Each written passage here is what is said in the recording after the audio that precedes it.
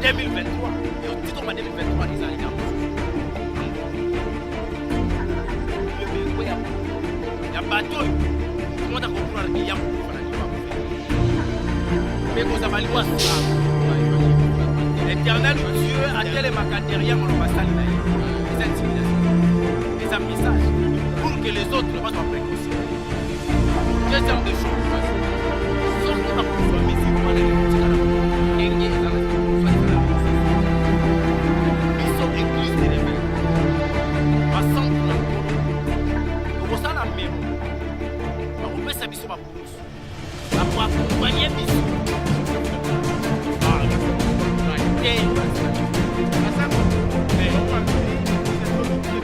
biso tokotambola na memo na biso mbelo na kosenga na kati ya memo bapesa biso bakriteri oyo esali ke baeglise ole fungama epa na biso efungama ntango balinga batika fidele biso bafidele ya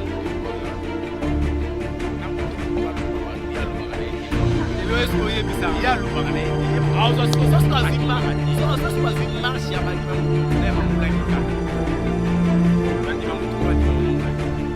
l'image c'est que je vais après mais pas limiter pas limiter dans ce que tu as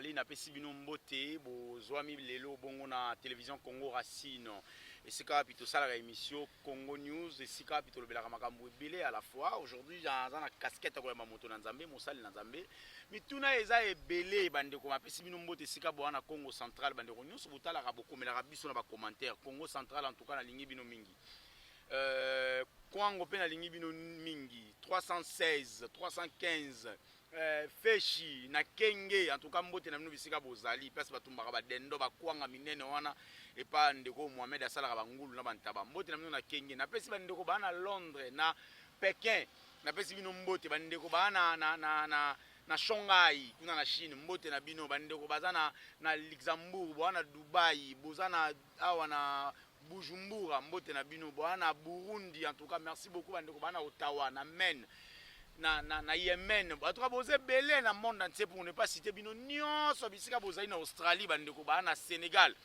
mbote na makambo ezoki kitoko mingi te na mboko oyo. Alors soko moni bato ba obima na balabala ba oloba tata mokonzi il faut comprendre que makambo ezaki kitoko mingi te.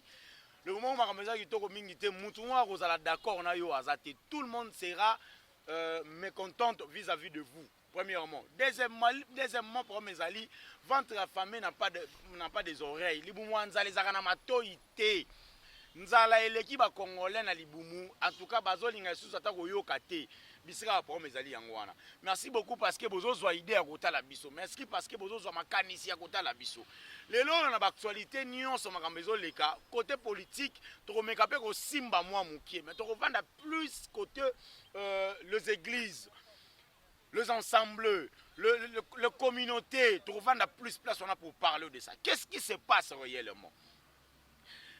Déconfiner progressivement, confiner qui n'y sont pas la moko. C'est-à-dire toutes les activités en un clin d'œil étaient confinées depuis le 23 mars 2020. Tout à coup, déconfiner, je crois le 20 ans, le 18 déconfiner. Mais ça a été progressivement. Bar et fungami liboso, hôtel et fungami liboso, flat et fungami liboso. Pendant que l'église, c'est quand même tata. Mboko ezali mboka moko nzambe abonza ngo na bonza ngo na maboko ya nzambe mais lelo oyo makambo ezoki kitoko mingi te église ti siko efungwami na nte bandeko mosusu babezali selo ordre alphabétique ezalaki nanu bar après toki na église nayebi te soki na pe ndenge moko na bandeko balobaka bongo en tout cas eza banalise kaka tokosala bandeko mosusu babi batie na bapasteur stop parce que bango nde basalaki kosala malonda abima nazanga moko te naza na invité na plateau invité na ngai ezali évangéliste Elonga.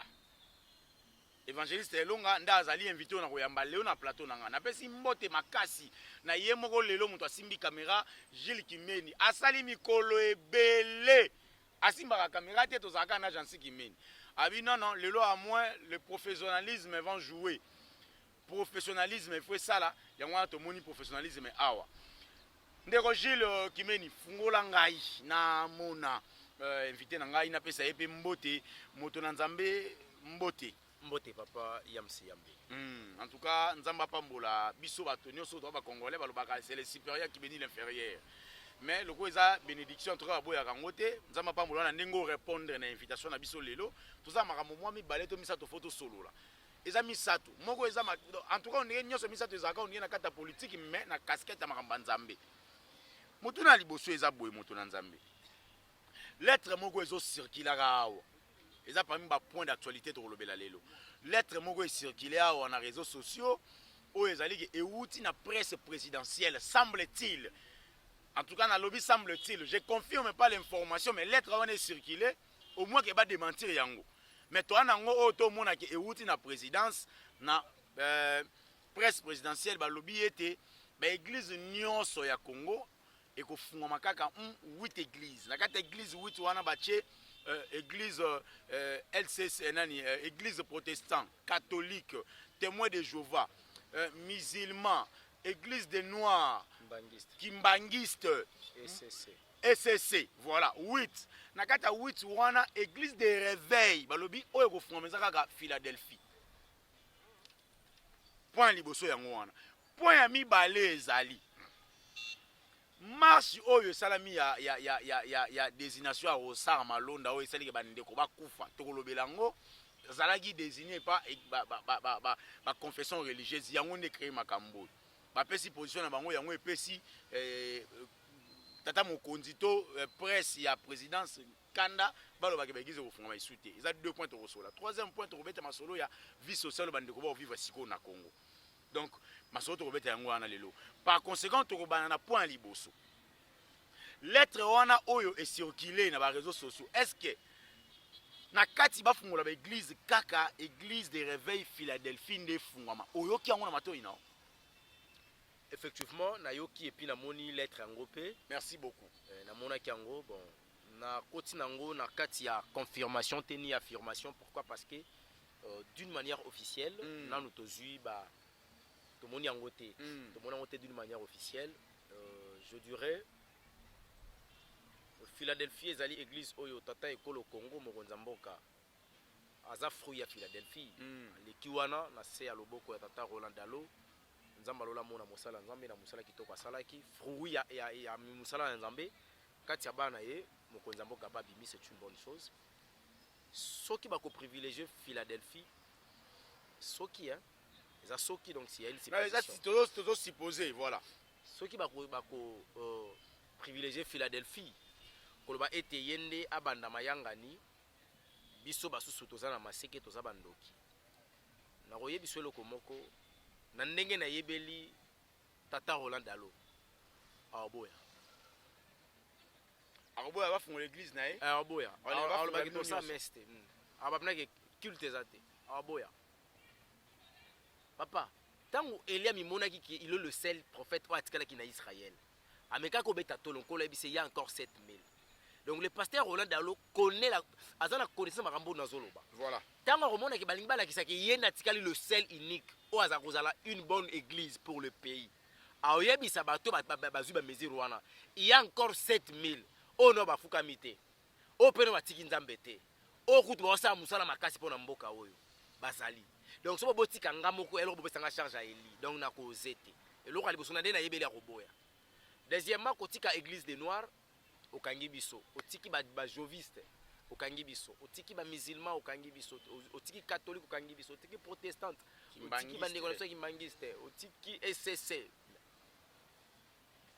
barezo eza nini eozala bien tokenda barezo bima nyonso bakangi nzambe malamu nyonso bokangani tellement que ezaka basoki tellement que eza nango basoki heureusement soki eza bongo te bayebisaki biso la voie ya korevendike ezalaka balabala ezala mpe turo biso bachrétien tokozala wana tokosala memo na biso bayebisa biso bacritère nini esaliki bazwa bandeko wana e bacritère nini balongoleli biso voilà baoyebisa biso parce que s'il faut parler na terme bacritère voilà baetonga presque nyonso batie wana je dis presque baza na droit kute na mboka oyo na mabele oyo baevrai bana droit te musulman awa yoluka nini maombe na mboka yoluka nini musulman mais mpe eza laïque voilà le pourquoi Congo eza na kati ya tourment voilà le pourquoi le pays est reconnaître éternel Dieu à travers Jésus-Christ nous sommes pas dans un pays musulman toza na kati ya Soudan te est-ce que makambo ezoleka na Soudan l'église de réveil kozo en plein bapesa bamosquée awa non to na kati ya Algérie te le pays islamique pays musulman omonaki oyo eza pays musulman donc oyo moko oya conscient na yango bango basala sembla te biso avec la laïcité papa si tu fais quelque chose ça t'apporte absolument rien changer ma donnée voilà donc moi j'en trouve que le musulman n'ont pas les droits témoin de Jéhovah bana droit te baza batémoin de Jéhovah batémoin ya nzambe nini Jéhovah te enseignement bapesaka na vie bazomene sur la terre ya mabele ya Congo bana droit te à une certaine condition que babongwana bakoma ba chrétiens authentiques ils ne sont pas des chrétiens mutaboy koyoka kantiki ya papa ale moloto asepeli koyoka Fabregas to Ferré azotraiter papa ale moloto pe à son âme mupagano que ce sont des magiciens babatama na sima nzambe bon ozo ina ndeko na yo chrétien mupagano mais ozo ko accepter muto oyo yebi ke a vrai mupagano donc na kati ya batemple na bango soki baza na manifestation bazwaka na alcool bazobeta musique mondaine ce sont des païens alors témoin de Jéhovah soki ekozala bongo oui soki ekozala bongo bandeko toki musika te bandeko akimbangisi te bana bisika te na mboko te baza na bisika ebi mpona nini parce que mvuluzi kimbangu malgré atikaki église te bango nde basala église na religion kimbangisi te na nsima na ye voilà baza na droit pourquoi parce que bareconnaîtra Jésus-Christ église de Jésus-Christ sur la terre envoyée par Simon représenté par son envoyé Simon Kimbangu voilà donc église de Jésus-Christ sur la terre représentée par son envoyé Simon Kimbangu comme eux nos frères ils ont reconnu que Jésus-Christ c'est son église et puis il avait envoyé un homme un fils digne de ce pays qu'on appelle Mvuluzi Kimbangu avoir une mission de donner la repentance pour que les gens puissent être transformés pour l'enlèvement ils ont le droit de m'appeler Jésus. Très bien. Parce que le Congo est à terre, il y a Jésus-Christ. Très bien. Israël est à terre à Jésus. Parce qu'il va boyayer. Donc Congo est à terre à Jésus. Mais bien sûr que oui. Na keka sur le plan philosophique. D'abord aux Indana Katia Bozambe. Voilà. Tu connais un pays, à un dialecte et belé que le RDC. Namokil. À l'église, on a un dialecte. Nous avons 4 langues nationales, nous avons 430 combien de dialectes. Et ça, c'est la tour de Babel. Vous comprenez? Que le monde a été monde au Congo. Le monde a été monde au Congo. Quand les gens disent, les scientifiques, comme on a l'Afrique c'est le berceau de l'humanité.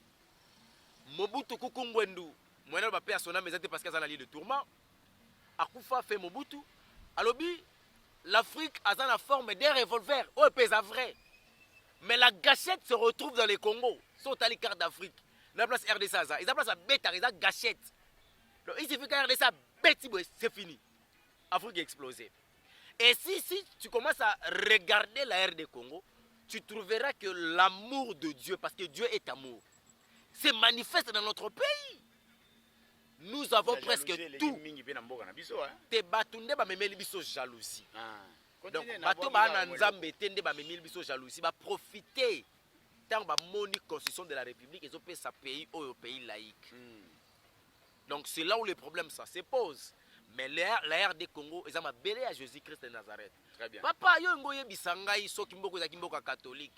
Coronavirus na Italie mboka catholique e fandi e beti ko legande. Place pape wa Roma zalaka. Ndapesaka instruction. Akimi aeti aina Maroc. Papa Akimi aina Afrique. Lelo oyo eza Algérie, na Afrique du Sud, zone rouge.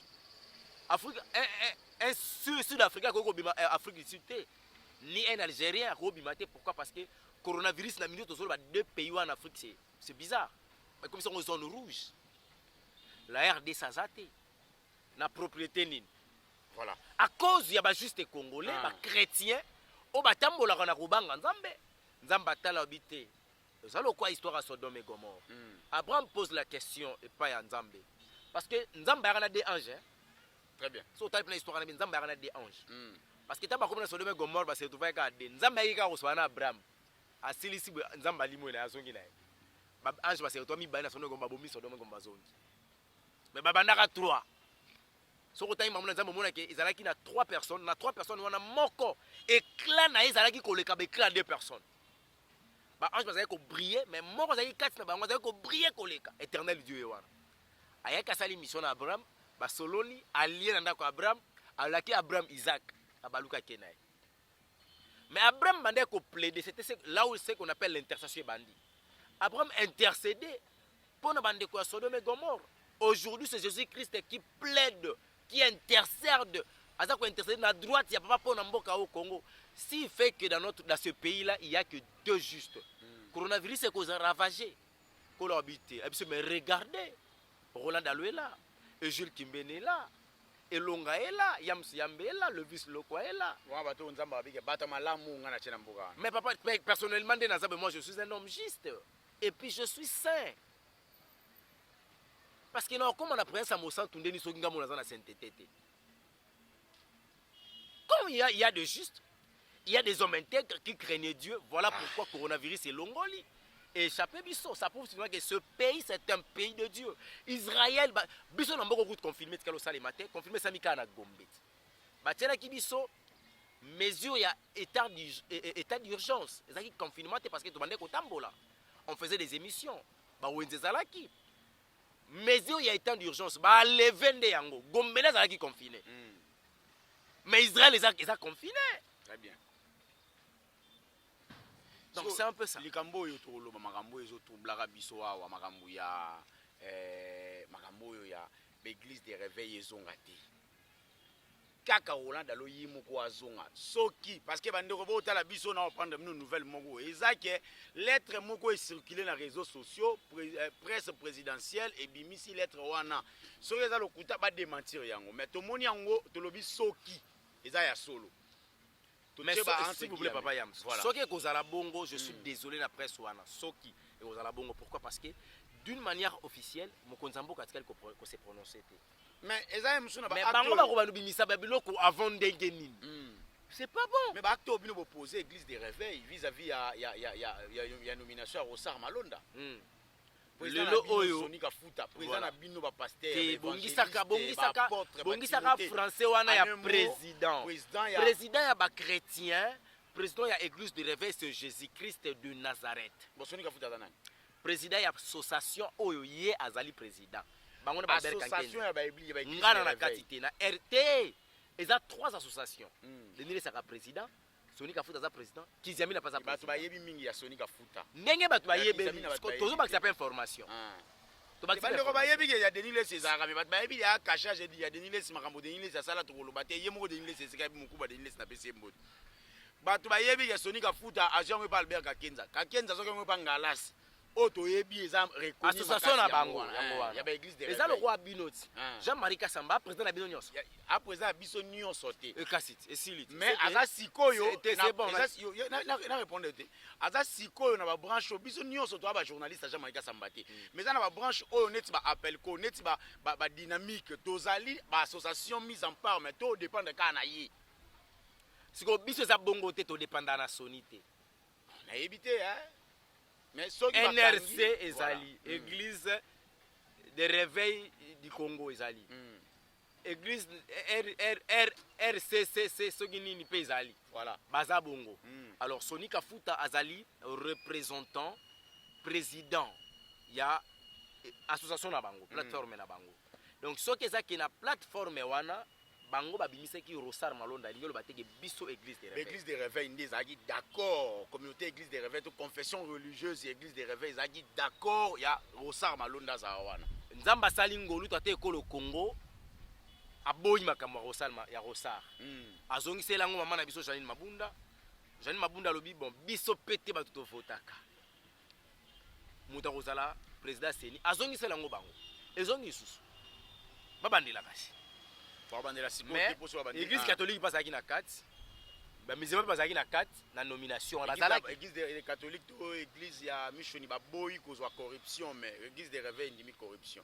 ah bon naza informé te ezaka basuppositoire eza information nga nazo apprendre oyo nde toyoka ezocircule topropose tomoni yango te mais tolobi oyo ekoki ozala bongo avec des suppositions tu aurais de l'information voilà faut te passer information avec exactitude donc tant que bozo luka ko accuser église de réveil qui azalaki corrompu ngana bi bato bana molimo santo la corruption to sola nango ti papa ce sont des aînés donc vous affirmez que Soni Kafuta na molimo santo te soka liaki mbongo na molimo santo te soka liaki mbongo ya corruption aza molimo santo te mo molimo santo côté Soni Kafuta rekomena otala biso soka liaki mbongo ya corruption ana molimo santo te papa mais ngana yebi ka ko lia mbongo ya corruption te parce que asangi mbongo te et puis il a l'esprit saint a lia mbongo moyibi te tango corruption na français ba catholique bato mabe bangwana baboyi kania kelekana na poche na bango nana ngwa ko pesa kania kango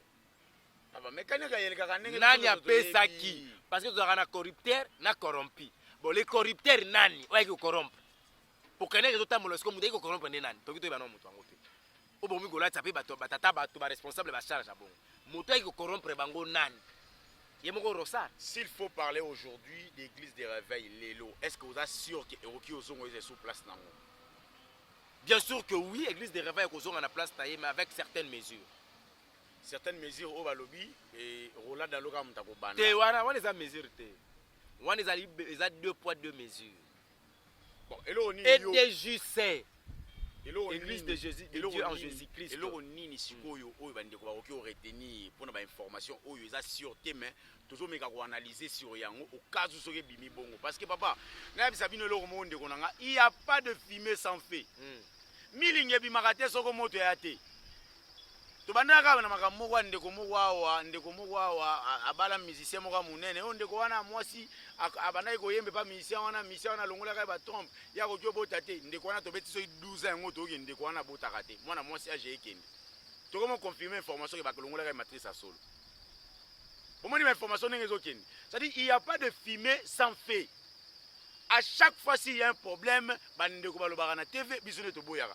Information yebimi que église de réveil Rozong a teka église ya pasteur Roland Dalo eza Philadelphie, les informations to confirmer te.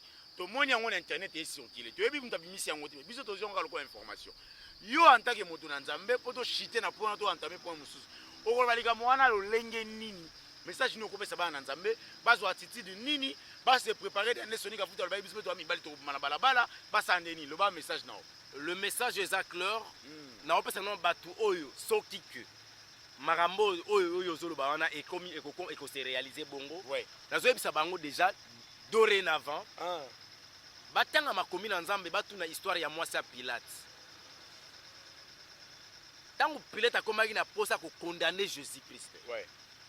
mwasi na ye alalaki te moni mosusu atungisa ye ti pilate asokola maboko baévite kobengana Jésus Christ de Nazareth dans ce pays sinon 2023 et au titre de 2023 ezala likambo mosusu na mboko biyembe ekwe ya boye ya bato oyo mutu moko akokroire ke ya kokufa na niveau akufeleli mpe kozala liwa soni éternel Dieu atelemaka derrière maloba basali na ye eza intimidation te eza message pour que les autres bazwa précaution deuxième de choses soki bakozwa mesure wana ekotikala bongo ndenge eza na soi-disant na réseaux sociaux biso église de réveil voilà basantu na nkolo tokosala memo bakopesa biso bapulusu bakoaccompagne biso ndenge soni kafuta lobaki Ah. olakisa bango ke toa mibali te olakisa banani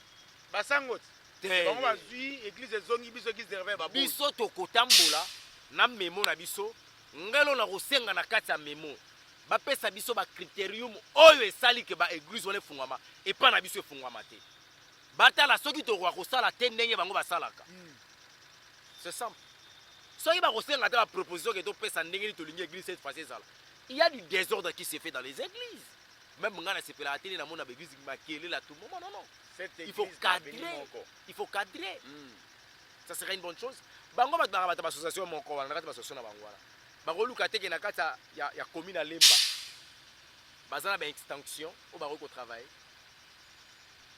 ntango balinga batika Philadelphie siko bafidele ya Mutombo bakoki wapi na Mutombo kalomba bato ye alobaka na ye te papa Mutombo eske oyebisanga ye alobaka na ye te ye soki bazwi marche ya bandima Mutombo na ya mama olangi kaka bandima Mutombo na bandima mama olangi po biso bandima ya Jésus Christ oya après kozala bino mo bapaster bino bokomi kotiaka bandimi liboso mino na mais bandimi ne bandimela bandima ya Mutombo na bandima mama olangi ntango sikoyo biso bandima Yesu tokoya après ozala ndenge bandima Mutombo bazali bandima Yesu mpe bazali kasi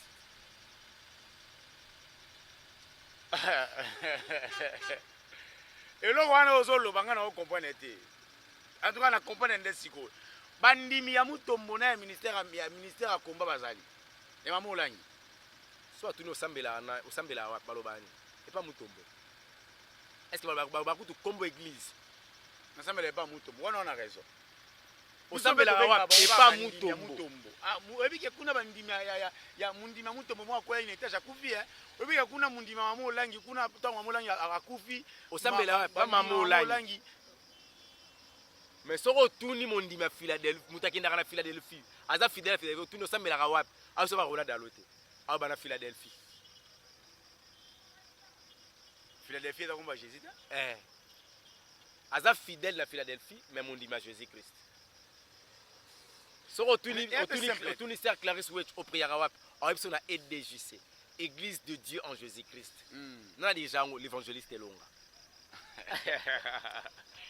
bandima Jésus tala okenda nga na bapo epesaka nga sikoyo oposana kote ya zone elenge émission na bano beto bakaoka na plateau awa émission koma okenda suka baosala biso sini bosepele botala biso ndeko papa elonga nabi boye awa nde opesa osika yo moko opesaka nga bapiste mpona banda sikoyo kotumba zamba me lona kotumba te natalaki baémission bandeko banaye kokomakoma baolobaloba émission tosaki ya police esala na ndeko wana kuna na chaîne na biso mosusu wana nabi boye papa awa sikoyo lokola baeglise ekozala te motuna na kotuna ngo na suka po eza ifo natumba kaka na kotuna ngo na suka eloko nini okoloba na bandeko baretenir na vie sociale oyo tovivre sikoyo na Congo s'accrocher na dollar mati bapaster bamatisi baappel de fonds makambo ekomi ebele dimi mpe ekomi mokie bandako emati makambo wana nyonso ya makambo fu boloba église ba offrande na badime ça n'a rien à voir avec la vie sociale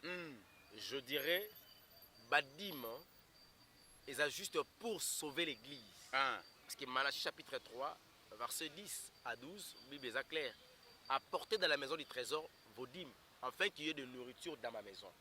Pour nous vivre, il faut qu'on apporte ma dîme. Alors ça n'a rien à voir avec les offrandes que tout m'a tapé offrande parce que dollar est mati. Non, non. On les importants. Dollar ce qui est mati, c'est le monde qui a bougé. Le monde est bougé par rapport à l'instabilité économique où il y a partout dans le monde. aujourd'hui dans l'aéroport, il y a une compagnie aviation, par exemple, il y a Europe, il y a 5000 personnes dans côté de la chômage. Donc pour dire quoi? Pour dire que le coronavirus a eu place à toucher l'économie. Alors, le magicien va préparer qui monde cosmique pour la bêta pandémie wana ba ki loko ni basali pour ba permettre bato ba se soumettre à ma volonté satanique et ba logique na bango to ba proposer. Mais c'est là tous un problème té ce qui concerne le dollar dans notre pays. Allez-y comprendre que pandémie oyo est frappée et ça les frontières est fermées, si ce qu'on peut dans le fond habiter, opérateur économique ba tout temps ko fonctionner té. Voilà pourquoi créer instabilité économique sur le bas financier tout ça sur un bon côté. Mais donnons le temps au temps, je pense que l'Éternel dit au Salamboka au Ngolou, pour Zamboka naïe, mais le plus grand problème c'est de transformer le peuple congolais à comme un vrai congolais, à reconnaître Jésus-Christ comme Seigneur et Sauveur. Il y a Vinaïe et puis Amboka Oyo et tu verras que le Congo est changé. Banzala et Koleka, Nyonso et Koleka, mais royaume de Siena et Lobanzambende et Rotikala, c'est qu'on a Seko. Donc dans la temps où il est, tout se référer dans ma commune Nzambe est clair dans Matthieu chapitre 24. Que quand vous verrez, quand vous entendrez, allez-y comprendre que vous approchez vers la fin. Mais ce n'est pas encore la fin. D'accord. Voilà. Numéro de téléphone. Rapidement, pour émission comme Nasuka Mituna, Mutuna Moro ya Suka Menalinga, vous pouvez numéro de téléphone, vous pouvez un message au ban dans saisir émission ici là. Nabandi d'abord un message, oyo abongola motema te, abongola motema parce que c'est important que l'anda Yesu Christ comme Seigneur et Sauveur. Yango est important. Nangina tali soke ko bala ko bota ko voyager ko tonga banda ko tambo na mituka. Et c'est le côté.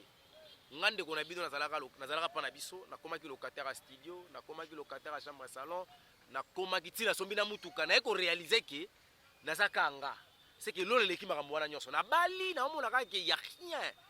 Donc Jésus ndazali kolo ya nyonso. Voilà pourquoi nous vous demandons de recevoir Christ comme Seigneur et Sauveur. Soko landi Yesu okoyeba ko ressour na vie na yo. Notre numéro de téléphone est allé plus 243 97 58 21 175 Novandeli plus 243 97 58 21 175. Bah, soldats de Jésus-Christ nyonso El Kinshasa na bande ko bazana Europe, États-Unis, partout dans le monde na Océanie. Autres alaka ensemble pour na ko bondela to ebisi bino ke to continuer na préparation à makambo za ko bongisa déjà parce que bientôt là EDJC Église de Dieu en Jésus-Christ où ils allaient dirigés par évangéliste Selonga eza ko zoa esika na yango na Kinshasa. To sala ka nde to loba ki bande ko nanga libota na Nzambe to continuer ko poser acte à humanisme pour nous rejoindre ici cannabis ou éco permettre à biso lobby tout est vrai bobo de la mingi pour la église to communauté à persécution tango ekoya Nzambe aiba ko épargner biso na kati ya danger non satanique na pesi libota mo mambote bande ko ba soldat de Jésus-Christ non sombote pourquoi pas na pesa ma maman le lieutenant Béatrice na pesi mbote belé à niveau ya Belgique pourquoi pas notre sous-lieutenant maman Sephora. En tout cas, maman Sephora Monayo, maman Annie, la soldate. Donc, bino on appelle Simbo Tebele. Pourquoi pas on appelle Sande Konangai, papa Zamba, Balobi. Yende Moutasala qui est mort préféré exister, Mokolo Zamba. Batumbara Zamba na Mokolo Morote, Keba, et aux hommes moitants, au risque pour Tumbanamboka. Bania Baroki m'a passé Kokota. En tout cas, on appelle Simbo Tebele, Nzamalola Monayo. Clarisse Ouechi, ma fille chérie. En tout cas, Nzamalola Pambolayo. Akotali Kambonayo. Ndenge ozali ko souhaiter pour la gloire Yanzambe. La bande Konoso, Nalibota Mobimba. Lobby déjà. Tous en Zamba. Donc retraite. Donc tout le bâté mais tous en matami nzela ma ya mitendi donc presque tout za kota ba Congo donc tous wana tous une retraite wana pour 3 jours. Ba requête quand on a besoin ba sujet na bino et permettre biso to évoluer. Kolo Yesu Christ apambola bino et puis apambola chaîne Oyo pourquoi pas apambola pende konanga yamse yam. Merci beaucoup bozaki bela ko lande émission Oyo émission esili. Émission esili motune abwe motuna Nzambe motuna suku esalaka bato bayeba makambo solo na lokuta lolenge ya kosengela mbongo ya mabonza lelo euti wapi 10 000 francs à 1000 francs 100 dollars à 1 dollar 10 000 dollars à 1000 dollars 10 000 dollars à 1000 dollars s'il vous plaît lolenge ya kosengela mabonza ne euti wapi c'est biblique. Ça n'a rien à voir avec la Bible, ce sont des stratégies. Au nom de l'évangile. Très bien. Ils ont vite compris que grâce à la PC na ministère à délivrance, na teka délivrance pour na guérir mutu, pour na senga mbongo. Très bien. Non, yebi so que mon genre a problème na délivrance, on a essayé à 400 dollars. Donc, ils ont le lenge ba teka ka ba offrande. Très bien. C'est une façon ya ko teka pardon, ko teka ba grâce ba sanango. Alors tant que vous avez grâce na ça signifie moment d'office ke bato wana baza na nzambe te. Donc soki omoni na kati ya église babandi ba échéance 100 000 10 000 15 000 1 000 francs boye na bo wana eza ba église te. Donc bobima bokende koluka place oyo ntango ozopesa offrande yondo oyebi nini opesi na nzambe. Ntango ozopesa action de grâce yondo oyebi nini opesi nzambe. Toana posa te totala banani oyo bapesaka ba 10 000 dollars po toluka bango esika moto na nzambe papa omoni makambo osalaka biso des fois banani bino basala nzambe te papa s'il vous plaît ndeko nanga tikanga nga nalingaka te plateau na nga pardon plateau na yo naza pe esclave na yo te to esclave na nga te to solola ok na nga place mo naza obligé na déclarer papa déclarer na lobi re mutu ne fona tunaka na banki te papa na biboye bisika nini Malachi eza ancien testament to nouveau testament ancienne alliance lelo to vivre na alliance nini nyonso mibale. Jésus Christ azali notre modèle na nouvelle alliance apesi biso baligné. Ancienne alliance ezali ko permettre biso tala bilaka onkola pesaki Israël o biso loto koma Israël par la foi tozobika yango papa to vivre na temps mususu to vivre na ancienne alliance to vivre na nouvelle alliance. Exode chapitre 14 le gardez silence moi l'Éternel je combattra pour vous tolongola ngo ndamba bundela su biso te pour le on est ancienne alliance papa ok na exemple on a boani pour na comprendre que liloba on a nini ekomaka na makambo badini de na ngila expliquer yo offrande to zonga kana Malachi zela kai na ngila expliquer le komoko. Vas-y. Christ a élaqué la repentance. Il nous a enseigné comment se repentir. Très bien. Pour le royaume. Baye koli batuni maître, lui maître tolandi yo, tokozwa nini. Totiki nyonso ya biso. Ayebisi banga lobi na bozwa na royaume de ciel, na jour à venir. Non maele papa. Bozwa récompense et puis sur la terre bozwa au centuple. Et motiva ki baye koli pembe na Jésus. Mais ce qui concerne offrande. Bon, en fait, dîme, parce que le problème les amis dîme, offrande, voilà. Appel de fonds. Appel de fonds dans la Bible, les athées. Appel de fonds. Vas-y, on va appel de fonds, papa. Je vais expliquer le comment. Kende, monsieur Sili. Non, non. Kende, monsieur Sili. Kende. Ne faut pas loba. Loba, monsieur Sili. Bon, on va traiter monsieur Loba Mandia. Papa, monsieur Sili. Tant on va l'élection, monsieur Sili. Tozo Loba. Kopé sans zambe offrande, ça signifie offrir à Dieu. Très bien. Et ça quand bongote. Là il est quoi liboso tu faut baïeba. Bande bana poto ba kotinda pe lamba. Et ça offrande. Je te dis et ça offrande. Très bien. Na offrir na nzambe na tumbimbeka. Nazo ya papa. Offrande les alaka na deux moyens. Moyen offrande ya liboso ezali pour que éternel Dieu a recevoir adoration. Très bien. À exaucer prière na biso adoration, likolo ya adoration ba tchaka moyen offrande. C'est comme je fais le péché. Si je fais, je comprends pas, je fais le péché avec la volonté, je fais directement ce qu'on appelle un culte d'adoration. Moyen une offrande ya membre moko ya corps ya nzoto nanga on a pesi par rapport à l'isumu na sali ya offrir na démon. Très bien, très bien. Alors, deuxième offrande oyo ezalaka na deuxième dimension. Et ça qui offrande oyo on a pesi, c'est pour donner à Dieu ce qu'on appelle na ko expliquer on dit ezambeka oyo pesi na pesi exemple na kati ya makomi na nzambe omona que éternel Dieu demandait à Abraham a pesa mwana yembeka Isaac et comme il attend on nzambe comprendre que Abraham azalaki capable de pesa même mwana ye nzambe moko apesa ki bolé ele kambeka nzambe toye ko fungola na nouvelle alliance mais c'est clair éternel Dieu nous a donné son fils unique comme une offrande alekisa Yesu mbeka pona biso. Très bien. Afin que mbeka et permettre tous en aboyokani entre tata na bana. Donc l'alliance oyo ezongi lelo eza à travers l'offrande au Jésus na salaki. Maintenant offrande o tosanango awa lelo et monsieur Sili ça. L'argent c'est important. Bilanga c'est important. L'osso c'est important. Très bien. Et lamba c'est important. Très bien. Kosombela nzambe lupangu ndaku c'est important. Nzamba rovana lupangu wana. À travers basali na ye. Tokei. Jésus Christ de Nazareth azoyebisa ba yebisa ba yekola lobi. Nazaraki na hôpital botala kingate. Na kotaki boloko na bolanda kingate. Batuni maître ozaka l'hôpital mukoni. Abongo bato azaki l'hôpital ezaki nani? Ngati. Nengo zolu ko ema nsoki nzamba kufanda biso nde nzambe. Pour Christ ebisaki bango nazaki na boloko botala kingate. Batuni na boloko ngozaki koteni. Allez-y comprendre. Quand éternel Dieu azoloba que je suis le père des orphelins. Ana mukolo kufanda babinga nde tata na baonga ye. À travers l'évangile, c'est long, on a la voix des orphelins. Tant que tu as quelque chose à manger, pour soutenir les orphelins, Nzamba mimoni à travers biso. Monsieur Komina Souka, monsieur Komina Souka, to bonga masiko mutuna Souka yango, o nezo panza siko makambwa. Évangile c'est long. Papa Yams. Na kati ya Bible esika nini balobi appel de fonds. Ezaka te. Mais yo ça rappelle des fonds. Te. D'accord, et monsieur Sili. Bozaki bela kolanda biso. Na pesi bino mbote bisika bozali na France, na Belgique, na Londres, bozebele na Bruxelles, sika pi bozape na za vingtaine. En tout cas bandeko nyonso basaka na aéroport, ba Congolo basaka na za vingtaine wana mbote na bino. Bandeko ba osala na Charles de Gaulle, mbote na bino, bandeko ba osala na aéroport na biso Anjili awa, mbote na bino, bozebele botali biso na Pékin, bozebele botali biso na Shanghai, na Chine kuna. Merci beaucoup na bandeko ba na Shanghai. Bien makwata TV moko me bato ebele batoni ba otala émission oyo.